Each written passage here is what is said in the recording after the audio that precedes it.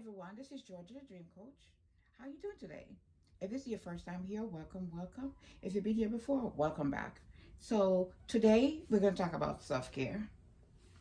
Yeah, I'm going to be staying in this vein for a while because when I think of 2020 caused me to we just have to just recharge, refresh, and to start over from scratch. And so this is what I'm going to be talking about today. On this topic, on this channel, we usually talk about Poshmark. I'm a posher, so I do my sales. I'm also a life coach, author, speaker, and I do all of that as well. So if any of these topics interest you, if you could hit like, share, comment, subscribe, all of that good stuff, and we could just go ahead and become a great big family. I'm trying to build this channel, so I need you guys. I need you guys. You know what I mean? I need you. But anyways, so like I said before, we're going to talk about self-care. And self-care kind of encompasses different topics, of course. I'm in my bedroom, by the way, in case you notice different. I'm trying to switch it up a little bit. That way it doesn't get boring. Like I said, self-care could be mental, physical, spiritual, emotional, all of that encompasses self-care. But specifically today, I'm going to talk about mentally, how it affects our mental life or a mental space, how it affects what we do, our life, all of that. So today I'm just going to dive right in because like I always say, I can keep talking and then I forget what I'm supposed to be, not forget, but I'm, off topic. So we're going to start with, and I have my handy dandy little notepad. I always have that to keep me in track. And the first thing we're going to talk about is forgiveness. Now that sounds so cliche. Oh, forgive and forget. Just forgive and forget and forgive and to move on, right? But that's easily said than done, right?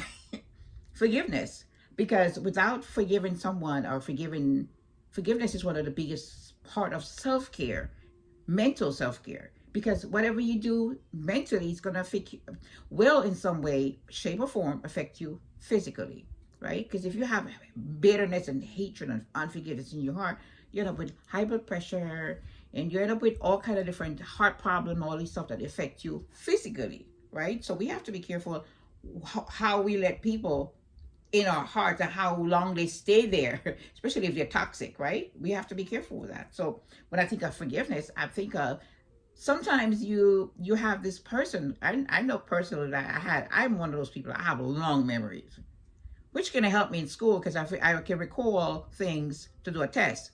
But on the other hand, it doesn't help me when I have to, forgive a person because I remember everything, date, time, where I was, what I was doing, when you said what you said or you did what you did. And that ain't good because with long memory comes when you try to approach at a person and say, hey, I remember I did it myself. I went to Jamaica and I saw my ex-husband and I was recalling to him what he did one of these times. And he was like, he didn't remember. He said, I didn't eat. In fact, he said, you're lying. I didn't do that. I would never do that. I'm like, yes, you did. He didn't remember. So I am holding something against somebody else and he don't even remember that he did it. What's the point? That means I gave him the power of being taking up a space into my heart, into my mental head, into my mind, and he don't even remember anything about it. I try to remind him of the day. He either didn't want to remember, or he just didn't. Right? So I have this unforgiveness against someone who don't even remember what he did to me. What's the point? Right? So we just gotta do the or another big one that I noticed that I've talked about. Unforgiveness against someone who've already died. Oh my God, my father's been dead since '95. Yeah, and there's still times and I remember things that he did. 95, right? So it's like what, 25 years ago, or whatever. Yeah, 24, whatever it is. 24 years, 24 or 25 years ago, whatever, he died, right? And I'm still holding this grudge against this man for 24 years, 24 plus years. Are you kidding me? At this point, it's just a memory. It ceased to exist. It ceased to exist in 1995, and I'm still having unforgiveness against him. That is so bad. We have to let it go. We have to let it. You have to let it go, or else you can't move on. Now I can think about him. I think about my father now. I don't think about the negative stuff because I kind of try to understand where he's coming from, and I knew that he did the best he could with what he knew and all of that, yada yada. I just kind of like put it up that way and say, I have to let him go, because if I don't forgive him, and then I'm turning around and asking God to forgive me for stuff that I know I did wrong, come on. How is he going to forgive me when I don't even know to forgive my brother, my mom, whoever it is? It's not gonna work. So I have to let him go. I have to forgive him in order for me to reach the spot that I want to reach in my mind, in my mental state. I have to do that, because I was just watching a show a couple of days ago, and it reminded me of something I've heard in the past, but it just brought me back. It says, the guy said that holding a grudge or unforgiveness is like you drinking poison and expecting the other person to die. I'm like, oh my God. So I'm hurting myself and expecting the other person to feel it. They're not going to feel anything. No. In fact, they probably forgot about you. And then because we have long memories, we are like a female is like an incubator. We have that womb. We have a womb. So we hold all of these emotions. Everything is tied up inside of us, right? And we hold on to it. We hold it on for years. We hold on to this hurt, this pain.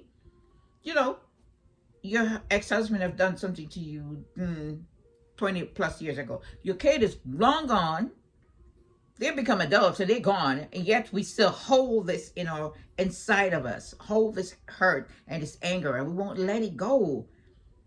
It's like it protects, it keeps you being mad at this person. And when you're mad, that's an energy by itself. That's an emotion by itself, right? So we're not going to let it go, because it kind of like it becomes part of you now. So every time you think about this person, the only emotion that comes from that is anger. That's not something that we should be doing. Nope.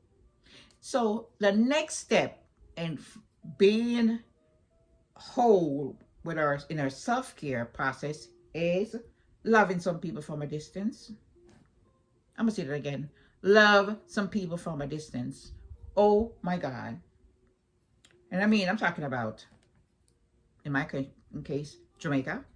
I'm talking about here. I'm talking about on the street from you, wherever they are. There's some people that you shouldn't leave. You shouldn't set up residence in your head. They shouldn't be in your head. They're not paying rent. So why are they setting up residence in my head when they're not paying rent, right? And that's just a metaphor, of course. I'm talking metaphorically, of course. But you're in if you call me, and every time you call me, we get off the phone, I feel worse than when you call me. I don't need you in my space. I don't. You shouldn't either. Because think about it. One of the things that I learned is, I'm not a big on social media and all this kind of stuff. I'm learning, of course. It's not I'm learning a lot of stuff. But one of the things I learned about it is this word called block. I love it. I love that word. This I could go and I could block. Physically, I could block. And another thing I like also is this other one. It's called ignore messages. I like those. Because if you're not conducive to my well-being, physically, mentally, so let's talk about mental, then I don't need you to be in my space, in my head, like I said before. You gotta go.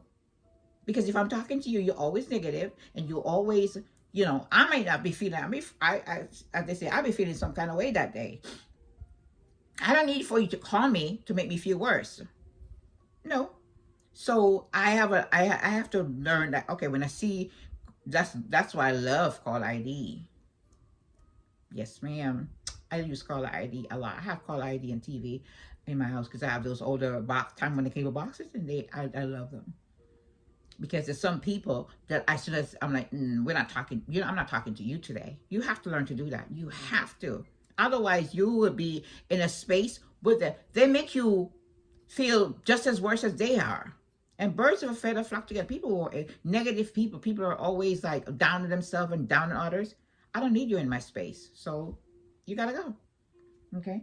And the third one is just taking some time for yourself. Taking some time to read your Bible. Some time to just meditate. Shut everything down. Literally shutting things down. I'm talking about your phone. Get time to the phone.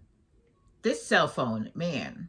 shutting it down sometimes where I don't answer it. I just don't, right? Or um, just closing my eyes and just lying in the bed in a certain position, just lying down, closing my eyes, and just taking some deep breaths. And just breathe in and out, and just have some nice background music, and just like relax. I had to learn to do that because my mind is always going, going, going, going, going. It's going a mile a minute, and I have to, and if sometimes I feel like I can't shut it off. You have to learn to shut it off. In order for you to have effective self-care, you have to learn to shut your mind, shut it down.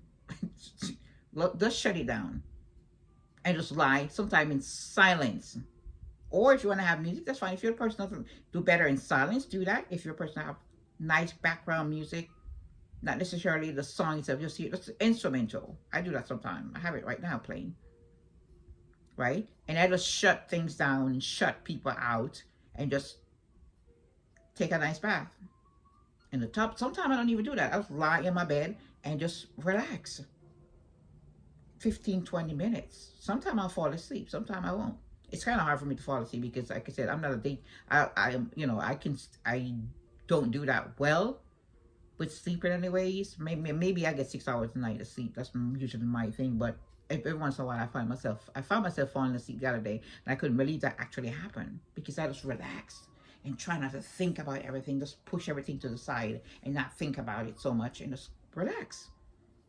Because we're gonna have to. When it comes to self-care, we're gonna have to learn to do that because 2021 it's not. We can't let 2021 be a continuation of 2020. Because that was the year that we just went by, and I personally is not doing that anymore. I'm doing what I'm doing is blocking out things that shouldn't be there, people that shouldn't be there. Because some people, back to that for a moment. There's some people are like they're like a infection. I don't mean that negative. I don't mean that physically, and I don't mean it to sound bad. Against some people, but there's some people, when I say infection, I mean that they are like a virus. They're like toxic. Yes, that's the better word. I don't mean to say it. I don't mean it to be that negative way. They're toxic. The toxic people who will come in like a hurricane and everything and leave everything all turned upside down behind them. You don't want a person kind of people around. If you want peace and quiet, if this is what you want peace and quiet, you have to let some people go, especially if they're family. If they're family, you do that. Right? Because I can love, that's why back to what I was saying earlier, loving some people from this. I love you because because you're my family. But I'm not letting you in my space. But I love you, and I can love you from a distance. You stay right over there, and I love you. If I could help you in any way, you call me, I can help you. I'm going to help you. But I don't want you in my space because you're not conducive to my well-being, right? So this is what we have to do to get over, what's going on in our lives. I say, as I always say, I hope something I just said would kind of like, nudge you, just make you think about how you live in your life and whatever. And I'm not trying to preach at you or talk to you. I'm not talking at you. I'm talking with you because I'm healing myself as well. We all got to heal. And like I always say, we all doing this together. We're all in this together. We try to help each other. So each one, teach one, which is what I'm doing. Okay, so I hope something I've said can really, just help you out. If you have if there's anything you want me to talk about, just put it in the comment section. I'm trying to build this channel, like I said before. If you could share, subscribe to this channel, it will really help me because I'm trying to build this channel. And sometimes it gets discouraging when you see, get a lot of people. But the point is that I'm going to keep doing this because I believe in what I'm doing. I believe that I'm here to help somebody else. And I believe that we could all work together to be better people, to be better versions of ourselves. I've always say, be a better version of yourself. Be you, just better. Because you don't want to change yourself. You want to still want to be your authentic self, just a better version. Or maybe a person that's more in tune to who they are. No more fakeness. We're just going to be real here. Okay? And so I hope you have a good day. Take care of yourself. Love yourself. Be better to yourself. And be good to yourself.